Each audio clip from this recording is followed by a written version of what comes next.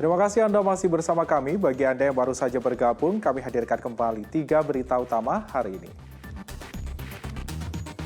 Bencana tanah gerak dan longsor masih terjadi. Ratusan warga dari 3 desa di Kabupaten Purbalingga memilih mengungsi. 6 granat ditemukan di lereng Gunung Merbabu, Kabupaten Boyolali. 5 diantaranya diledakkan.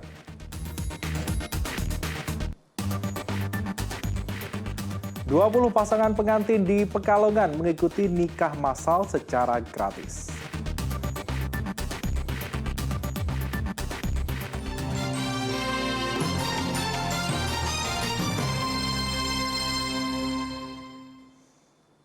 Enam granat ditemukan di lereng Gunung Merbabu, Kabupaten Boyolali. Granat itu diduga peninggalan zaman Belanda. Ledakan 5 granat aktif di Desa Ngergoloko dilakukan 2 kali. Penemuan granat ini saat warga tengah bergotong royong menggali talut di daerah makam. 6 granat yang ditemukan tertanam sedalam 2 meter, namun 1 diantaranya sudah kosong. Untuk menghindari bahaya, pemusnahan granat dilakukan di pekarangan warga. Polisi menduga 6 granat yang ditemukan ini adalah peninggalan Belanda. Dilaksanakan evakuasi, dicarikan tempat yang aman tadi di salah satu ladang penduduk, dilakukan disposal. Jumlah yang ditemukan ada 6, yang 1 sudah kosong, yang 5 masih ada isinya. Kemudian nanti dilakukan. Bangunan rumah yang menjadi praktik prostitusi di pinggir Sungai Tayu Pati dibongkar petugas gabungan.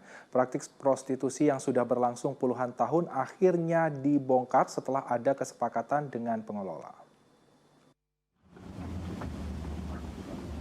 Tembok, koko, dan pintu-pintu rumah prostitusi akhirnya roboh juga. Bangunan rumah yang dikenal sebagai tempat prostitusi ini berkali-kali dirazia petugas, namun berkali-kali juga beroperasi kembali. Tetapi kali ini bangunan yang sudah puluhan tahun beroperasi dibongkar oleh petugas gabungan. Praktik prostitusi yang berada di sempadan Sungai Tayu di Desa Sambiroto ini telah lama meresahkan warga. Usai dilakukan dialog dengan pengelola, akhirnya bangunan tempat prostitusi akan ditutup permanen. Menertibkan tempat prostitusi atau lokalisasi yang sudah lama, sudah tahun, dan kita harapkan ini selesai di sini. 7 kamar yang kemarin dilakukan untuk prostitusi. Mudah-mudahan prostitusi di wilayah Kecamatan Tayu bisa berhenti atau selesai sampai sini dan tidak ada lagi untuk kebaikan anak cucu kita di masa akan datang.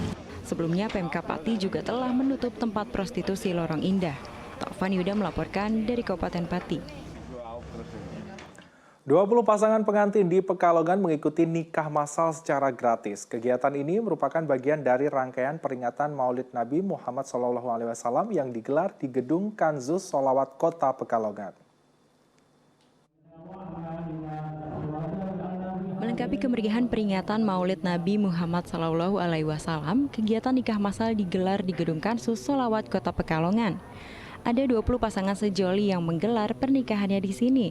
18 diantaranya berasal dari Kota Pekalongan, sedangkan 2 pasang lainnya berasal dari Kabupaten Pekalongan. Ya, nikah maulid ini harapannya yang pertama tentu melegalkan perkawinan secara agama dan negara, dan mereka sudah sah. Para pasangan menyambut antusias kegiatan nikah massal ini. Alhamdulillah mendapatkan manfaat dari semua orang dan semua. Penyelenggaraan nikah massal sebagai upaya membantu masyarakat kurang mampu agar sah di mata agama dan hukum, sehingga bisa mendapatkan akte nikah dan dokumen administrasi kependudukan lebih mudah. Kuncoro Wijayanto melaporkan dari Kota Pekalongan. Masih dalam rangka peringatan Maulid Nabi Muhammad SAW, Kanzus Sholawat Kota Pekalongan menggelar pawai pajang jimat. Selain mengarak bendera merah putih sepanjang 1000 meter, pawai juga dimeriahkan penampilan marching band pelopor Cendrawasih Akademi Kepolisian.